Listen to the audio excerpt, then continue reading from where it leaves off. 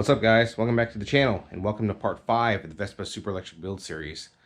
I know I'm waiting for parts on this build, but I'm still recovering from COVID, so rather than waste time, we'll go ahead and do all the little tedious things that take up a lot of time. For example, the rear shock, the rubbers, tail light, glove box door, brake pedal, latch, and of course reinstalling these two, or this side cowl. So yeah, let's get to it. Okay, so since the owner didn't get the second battery, which usually goes into this glove box, we can go ahead and put this back on. Okay, so I have the rubber trim back onto the side cowl. It's just easy, you just push that on. And now we can attach it to the frame. So we're actually going to need this hardware. It's M4 by 0.70 by 30 millimeters long. So it's pretty much just from the back, like that. And I'll put a washer up front here. And then a nut to secure it.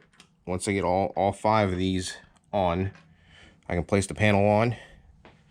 And these studs should go through these little mounting points. And there's just a washer and a nut on the other side. Pretty simple. Okay, as you can see, I got the studs all back on the frame. For attaching the cowl to the frame, I use bigger washers, and I use these little keep nuts that actually have a little locking washer built into them. But yeah, rather than bore you to death, I will do a time lapse on this.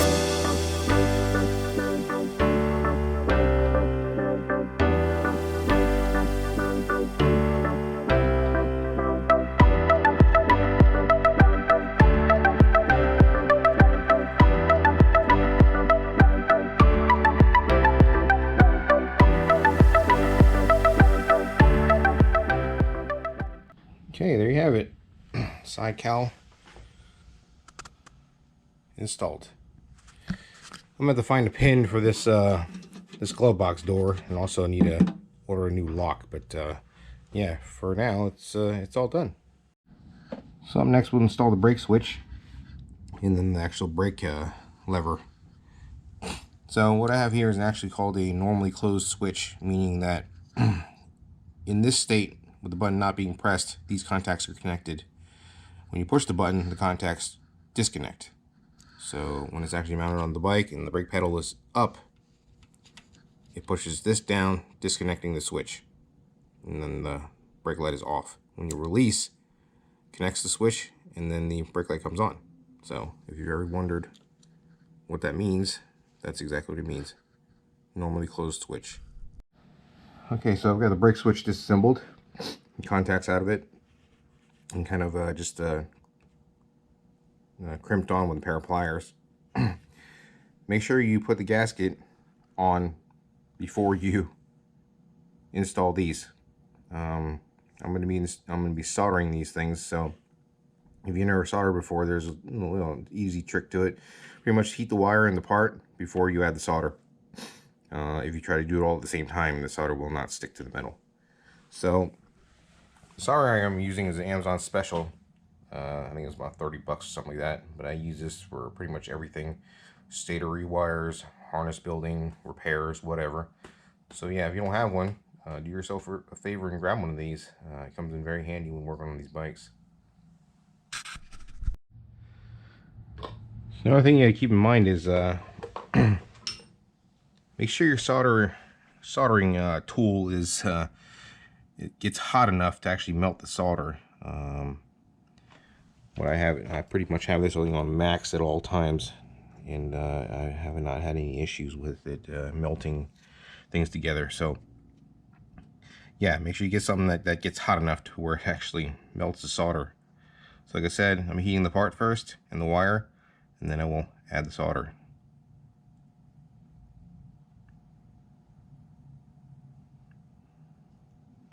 Like that.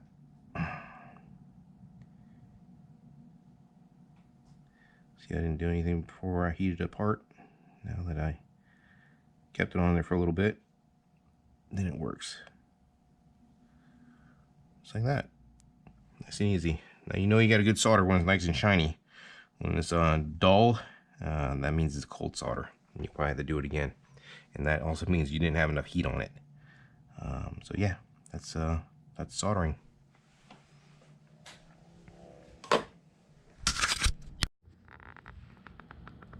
Alright, so I goofed up, and this little gasket here, I had it on backwards. So I pretty much had to desolder these wires and put the gasket back in the right way, and then resolder. So it should look something like this when you're done. That. So yeah, don't make the same mistake I did. Make sure this gasket's on the right way before you solder. Alright, so I've got the brake switch on. Went ahead and installed the little luggage hook. Pretty simple, just 2 screws, 2 washers and 2 nuts. And on the other side, got the glove box door on. I couldn't find a pin here, so I just got a really long M4 by 70 millimeter screw with a nylock nut. Should work just fine. Waiting on the lock. I'll install that when it comes in. But right now, let's move on to the rear brake cable. I'm going to use the same method as I did installing the cables up front. Once we get that in, we'll put the brake pedal on. Alright. Okay, like I said, I'm going to install it like the front speedometer cable. Pull the inner out first. Feed this in. You got it coming out the back of the frame. Or grommet. And once we got that, we'll take the outer, run that back in, like so. So the end of this cable is supposed to end up around right here. So yeah, keep feeding it till you feel like it's gone into this tube right here. Like that.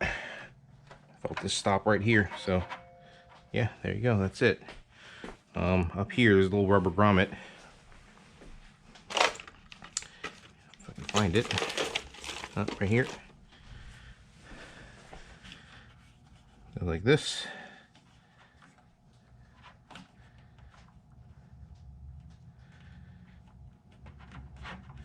That.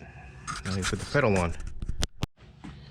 So actually I had to grease all my cables before I installed them, so I know I haven't shown it on the front cables because I'm not done yet, but the rear brake cable, I went ahead and applied some grease all along the cable and kind of just fed it back up, since the inner is actually, the outer is actually installed already. So yeah, make sure you do that, just to lessen the chance of any friction or binding or, you know, wear and tear on the cables. Okay, rear brake pedal. There's a cable clamp down here. There's a bolt with a hole in it, so the cable will go through there like this. And kind of just tighten it down. I'm gonna do it real tight right now. Just trying to show you, but that's that. Went ahead and greased the pin a little bit. Once you get this in here, like so, there is a hole right there. This is the pin that'll go into it. Wiggle this around a little bit, like that. Once that's in, it'll go like that, and you see it actually depressing the brake switch. So, as I mentioned before, when the switch is out, it's normally closed. The contacts are closed in there. And when the pedal is up, contacts are open. Okay, so in this position, brake light off. This position, brake light on. Normally closed switch. So yeah, that's how you install the rear brake pedal. Alright, so I went ahead and put new rubber on this passenger side cowl. Got that reattached. The painters filled this hole in, and I had to drill that out for the locking lever. But I got that done. So now, the only thing really left to do without wasting time is to start on the electric conversion, which y'all have been waiting for. So yeah, let's do that. Okay, the first thing I'm going to do is mount this battery tray. So this kind of sits like this, and the battery sits in that tray. So yeah, I have to mark where these holes are and drill them all out, and then we're going to use the main engine bolt to mount this front hole here. But yeah, let me do that.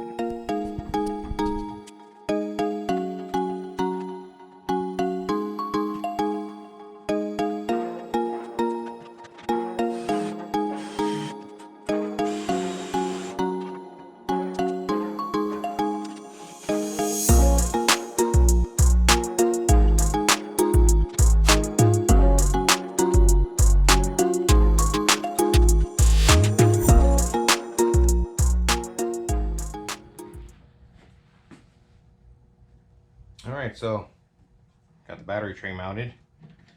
Just pretty much drilled 2 holes here and 1 hole here. Use the main engine bolt, this bottom hole.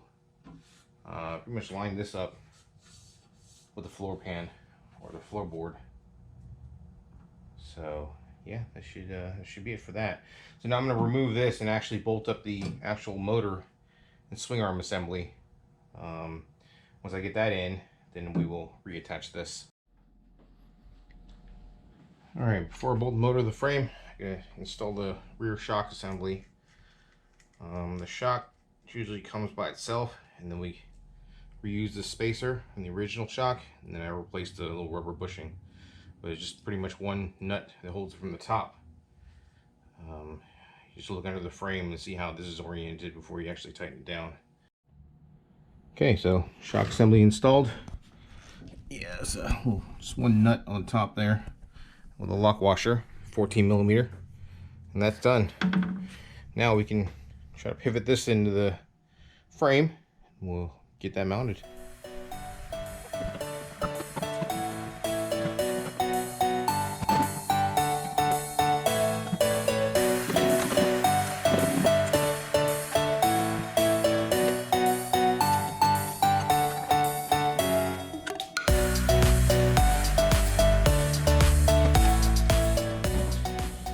Okay, so there you have it. The motor assembly, swing arm, installed in the frame. It's pretty simple, just like any vintage Vespa engine. Single bolt in the front and then a shock bolt in the back. That's pretty much it. So now I'm gonna reinstall the battery tray over it. It's like this. Yeah, once I get that done, pretty much all the hard work is done as far as the electric conversion. Yeah. Then we can move on to connecting the brake, which is also pretty easy. It's pretty much a cable to a hydraulic master cylinder. So, yeah, it shouldn't take too long. But, yeah, after that, it's wiring, and we are done. Cool. Okay, so I got the battery tray installed. The engine bolt torqued properly. The torque spec on this is 60 foot-pounds. So I did have this bolt coming from the other side out. And when I did that, the battery did not fit here. It's just that thickness of the nut prevented it from sitting here properly. So yeah, let me show you what the battery looks like sitting in the tray. So this is the battery in the tray. You gotta move it as far forward as you can, otherwise this little corner here hits the cowl. So yeah, that's how it looks once it's all together. Alright, I'll put the side cowl on. You can have a look at that. Alright, so here's with the side cowl on. Lower assembly installed. Now, I'm going to shake this. Battery's still touching back here, so I'm probably going to put a piece of rubber on the other side so I don't hear any rattling or anything like that. But, I mean, overall, fit and finish is okay. I wouldn't say it's great, but you know, it works. So yeah, that'll be it for today's video. Like I said, I'm still waiting on parts to actually finish her up. Hopefully they come in this week, and that way I can finish her up this weekend. But yeah, like always, please remember, like and subscribe, and I'll catch y'all on the next one.